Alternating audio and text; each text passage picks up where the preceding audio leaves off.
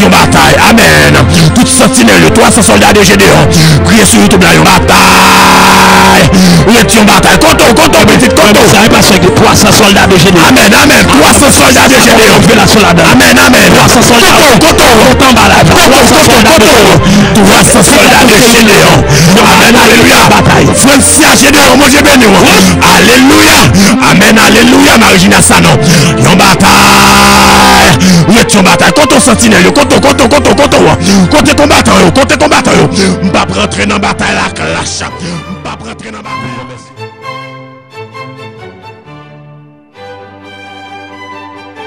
Gédéon et les 300. Juges, chapitre 7. Vous vous souvenez, la dernière fois, je vous avais raconté que le peuple d'Israël avait désobéi à Dieu. Il était maltraité par les Madianites. Et Dieu avait choisi un juge, Gédéon, pour délivrer le peuple. Gédéon avait demandé à Dieu plusieurs signes. Après avoir vu la toison de laine mouillée seule par la rosée, puis sèche alors que tout le terrain était mouillé, Gédéon était sûr que Dieu était avec lui. Nous avions appris le verset « Je suis le seul Dieu juste et qui sauve. Tournez-vous vers moi et vous serez sauvés. » Ésaïe chapitre 45, versets 21 et 22.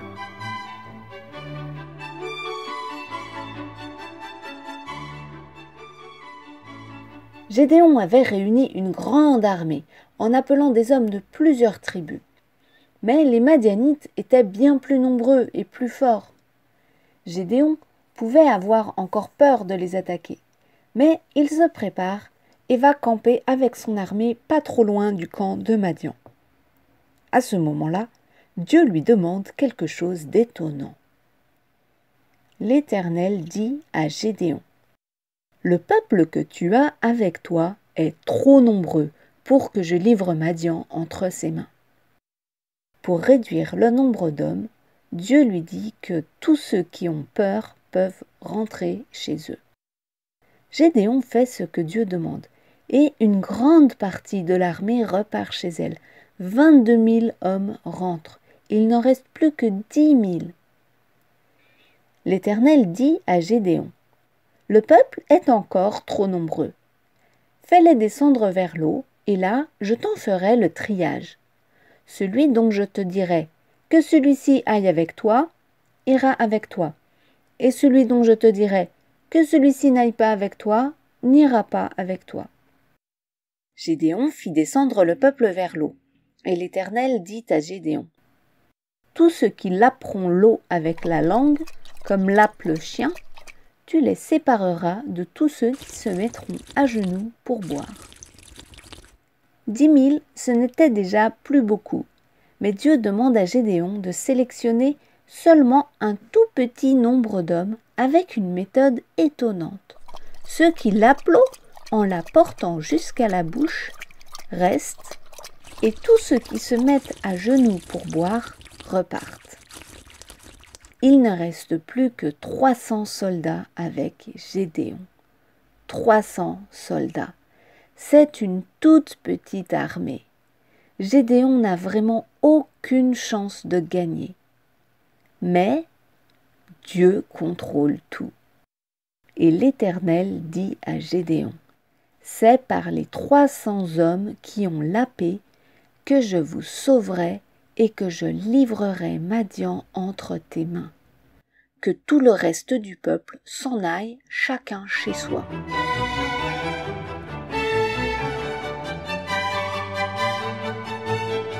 Pendant la nuit, Dieu dit à Gédéon d'aller dans le camp de Madian. Gédéon s'approche discrètement du camp des ennemis, avec son serviteur, parce qu'il a peur d'être tout seul. Et il entend une conversation. Un soldat de Madian raconte à un autre: j'ai eu un songe, un rêve. Et voici, un gâteau de pain d'orge roulait dans le camp de Madian. Il est venu heurter jusqu'à la tente et elle est tombée. Il l'a retournée sans dessus-dessous et elle a été renversée. Son camarade répondit et dit: Ce n'est pas autre chose que l'épée de Gédéon, fils de Joas, homme d'Israël. Dieu a livré entre ses mains Madian et tout le camp. » Un morceau de pain qui renverse une tente, c'est vrai que c'est assez incroyable. Le rêve est étonnant. Mais Gédéon est encouragé. Il voit que même un Madianite a peur de lui. Il a peur de Gédéon et de sa petite armée, parce que Dieu est avec eux.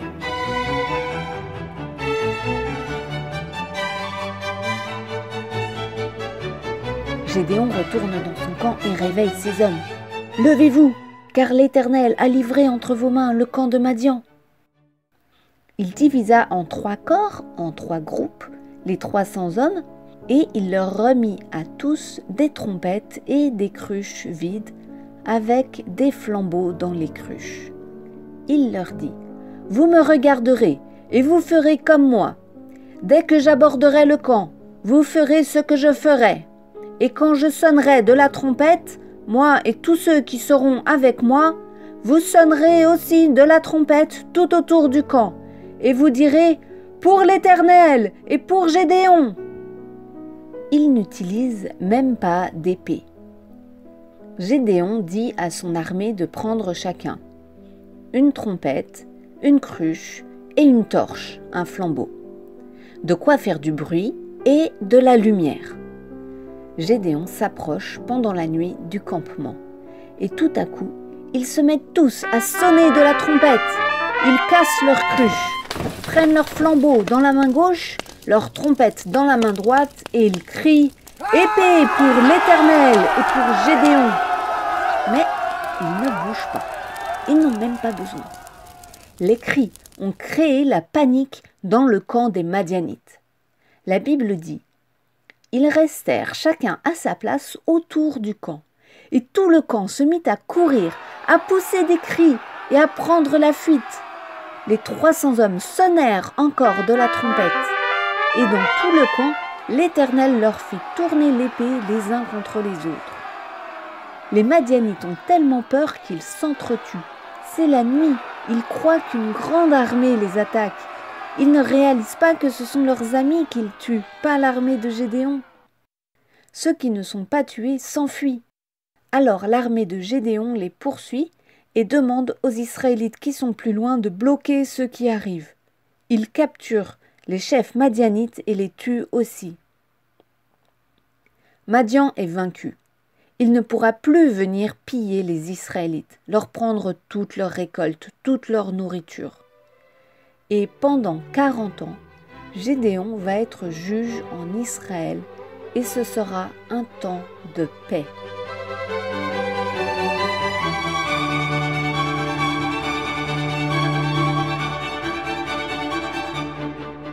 Dans cette histoire, nous voyons encore une fois que quand Dieu aide son peuple à la guerre, il n'a pas besoin d'une grande armée avec des épées et des armes puissantes.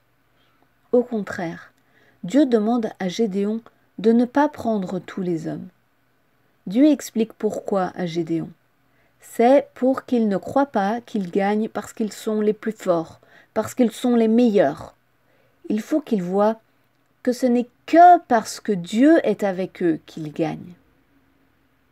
Pour nous aujourd'hui, Dieu ne nous demande pas de nous battre contre un autre peuple comme à l'époque de Gédéon, mais nous devons nous battre contre le péché et contre l'armée du diable pour qu'il ne vienne pas envahir notre vie.